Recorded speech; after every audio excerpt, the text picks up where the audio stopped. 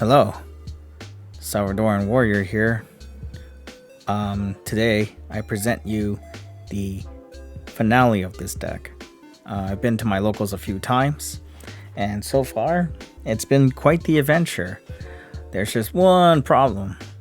There's a lot of decks out there that searches, and while I was deciding to add Drill and Lockbird, I quickly found out that a lot of players outside my locals have been getting drilled a lot to the point where it's now become a problem, and they're asking Konami to increase the points on Drill and Lockbird. And until that day comes, I'm gonna add Drill and Lockbird to the main deck. With all that aside, there has been some changes too. Like for example, I'm only running 2 White Rose Dragon, and of course, Drill and Lockbird is still here.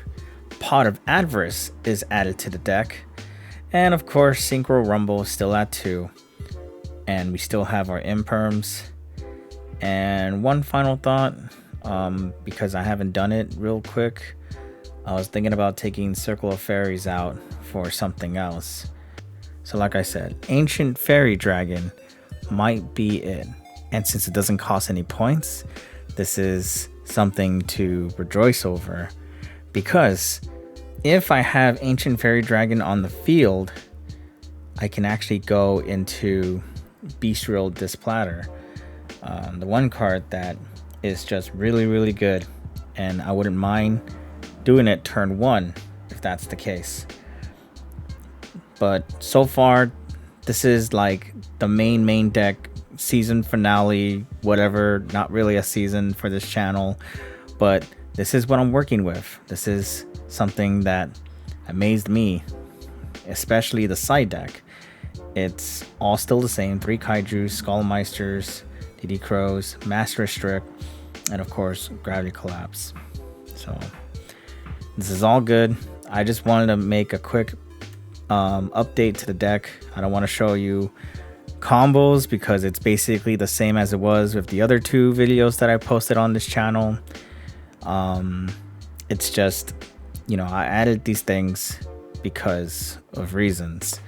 Why is this guy in here? Is because sometimes I'll have a scenario where I'm doing this, and I synchro to a level 8 and I finish.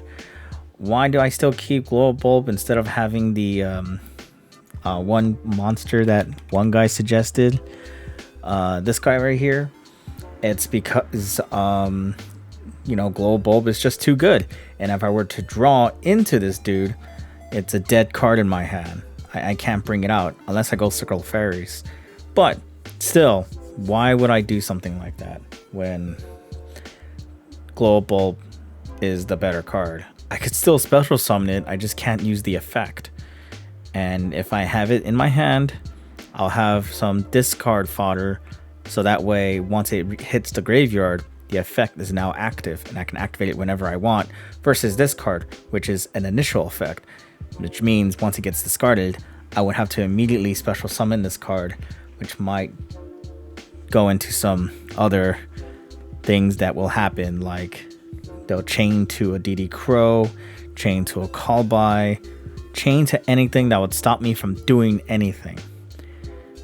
And besides, I have thought about it, especially since I wanted to add Pot of Greed to this deck, but it looks like that won't happen. Pot of Avarice seems to be the thing. The only problem is, if I have plants in the graveyard while this is on the field, I'm going to inflict less life point damage, but since it's still being blown up by, Black Rose Dragon, I'll still be able to inflict 24 damage to my opponent's life points. So that's another thing. And of course, having 3 Dark Ruler No Mores is just too good. And that is pretty much all I have to say about this main deck.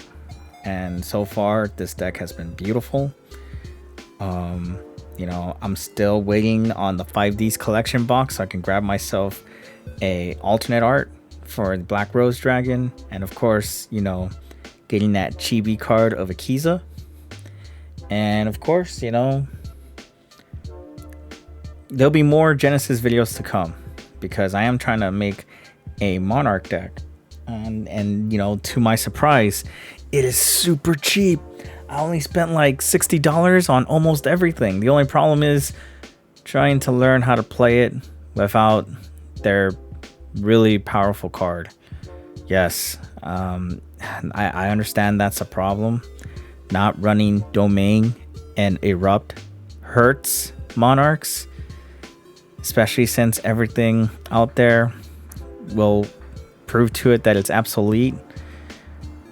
But I want to at least give it a try.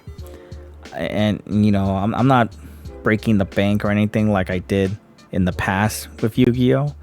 So if it ends up being for naught, then it'll just be a little pet deck for me.